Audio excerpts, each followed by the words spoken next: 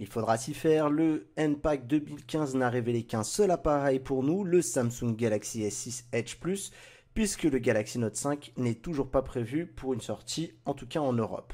C'est donc à cette soirée du 26 août que Samsung France a convié la presse pour pouvoir prendre en main la version phablette du Samsung Galaxy S6 Edge que nous vous avions fait découvrir lors du Mobile World Congress 2015 à Barcelone. Salut tout le monde, c'est Mathieu d'Android MT et je vous propose la prise en main du Samsung Galaxy S6 Edge Plus.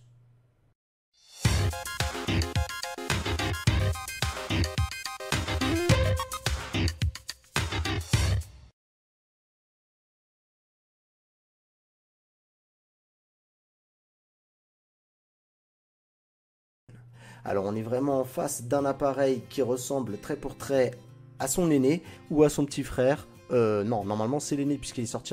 bon, bref, je m'y perds. Mais en tout cas, on est sur un même niveau de fabrication de l'appareil avec ses deux écrans incurvés et une qualité de fabrication digne des hauts de gamme. Donc Samsung peut se targuer de se différencier par rapport à la concurrence avec ses deux bords incurvés qui donnent un effet waouh, mais qui rend la prise en main un peu fastidieuse, surtout avec ce modèle plus grand. Si déjà on avait quelques difficultés parce qu'on avait peur de toucher l'écran avec le Galaxy S6 Edge, autant vous dire qu'avec ce modèle, il sera vraiment à privilégier pour les amoureux des phablettes. Si vous avez le modèle précédent, pas besoin de vraiment de changer.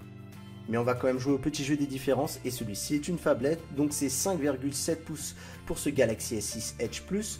Pour rappel, le S6 Edge n'en fait que 5,1. Alors ça a un impact déjà sur la densité des pixels qui passe de 518 ppi contre 557 pour le prédécesseur.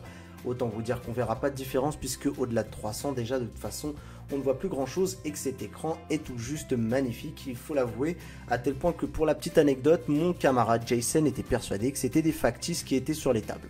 Et ça joue également sur les dimensions de l'appareil puisque celui-ci fait 154,4 de longueur, 75,8 de largeur et 6,9 mm d'épaisseur, contre pour le Galaxy S6 Edge 142,1 en longueur, 70,1 en largeur et 7 mm d'épaisseur. L'avantage pour le S6 Edge Plus, c'est qu'il gagne 1 mm d'épaisseur en moins. Alors qui dit smartphone plus grand dit aussi smartphone plus lourd. On a un appareil de 153 grammes contre 132 pour le Galaxy S6 Edge. Une différence de poids de 21 grammes mais qui se ressent quand même. C'est un seuil à laquelle on va commencer à le sentir. Heureusement, hein, nos corps sont habitués à porter des choses bien plus lourdes que ça. Et ça ne devrait pas apporter une gêne difficile au quotidien.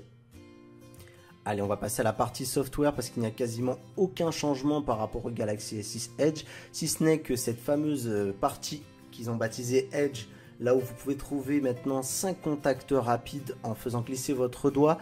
Il y a un deuxième bandeau qui est arrivé et c'est celle de pouvoir mettre 5 applications en raccourci, les applications que vous utilisez le plus. C'est un peu dommage parce que le fait que ces bords soient pas assez incurvés fausse un peu les nouveautés puisque on espérait beaucoup plus, surtout quand on a vu le Galaxy Note Edge qui lui disposait d'un deuxième écran et avec une partie ouverte aux développeurs pour pouvoir continuer à développer cette partie. Pour le Galaxy S6 Edge et Edge Plus, on n'a pas grand chose à se mettre sous la dent, c'est qu'on peut retourner, on voit un espèce de faisceau de lumière quand on nous appelle.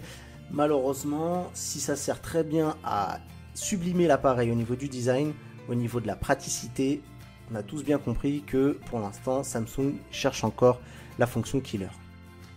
Si je vous parle de ce qu'il y a sous le capot, l'Exynos 7420 fait encore des merveilles, bien que j'ai appris qu'il y a une légère optimisation supplémentaire sur ce S6 Edge Plus par rapport au S6 Edge.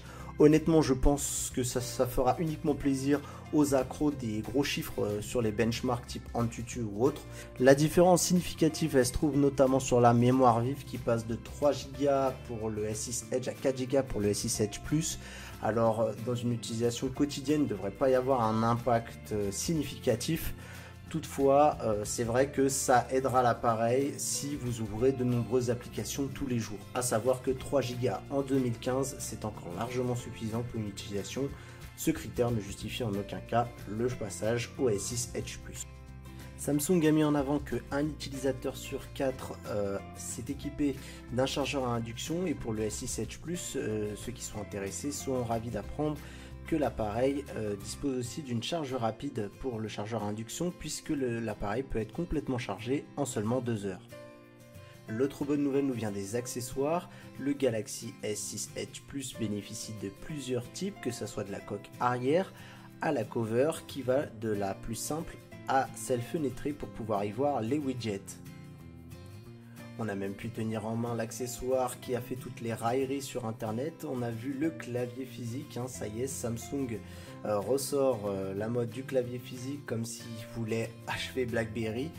Alors voilà, c'est bien foutu puisque au final quand on plug le clavier, l'écran se rétrécit pour pouvoir taper le texte, donc il y a une bonne interaction. Maintenant, je vous avouerai honnêtement, nous de notre côté on n'a pas été super convaincus. À vous de nous dire dans les commentaires si ce genre d'accessoire peut vous intéresser et si Samsung a eu une bonne idée. En tout cas, il y a du choix et c'est plutôt bien. Petite déception, au lancement l'appareil ne sera disponible qu'en 32 ou en 64 Go, pas de version 128 pour le moment.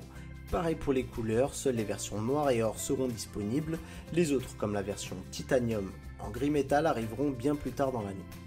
Mon conseil est de profiter quand même des précommandes pour vous offrir 3 mois de Google Play Music et un casque Samsung Level d'une valeur de 250 € que vous pourrez soit conserver si le produit vous intéresse ou les revendre, ce qui vous permettra d'amortir l'achat du Samsung Galaxy S6 Edge Plus.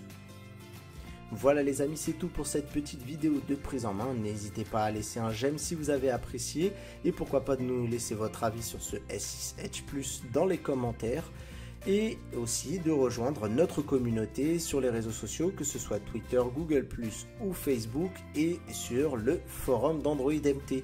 Et moi je vous dis à très bientôt sur votre site d'information android-mt.com. Merci de nous avoir suivis, n'hésitez pas à vous abonner sur notre chaîne YouTube pour ne pas manquer nos vidéos et nous retrouver sur les réseaux sociaux, que ce soit Twitter, Facebook, Google+, et sur notre site android-mt.com.